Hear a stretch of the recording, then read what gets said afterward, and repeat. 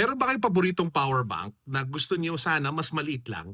Kasi ang ganda ng capacity, ang ganda na ng features like the LED display, meron ng retractable na USB-C cable, but the problem is it's just too big.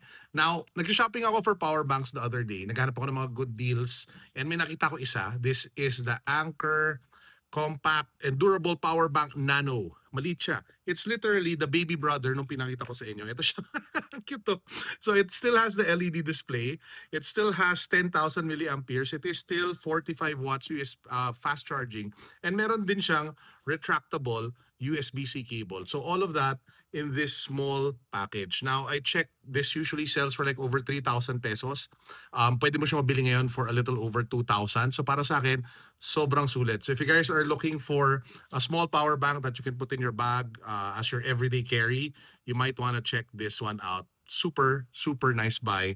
And I'm very happy to have it in my everyday like tech kit. So yun lang, just wanted to share this really nice find.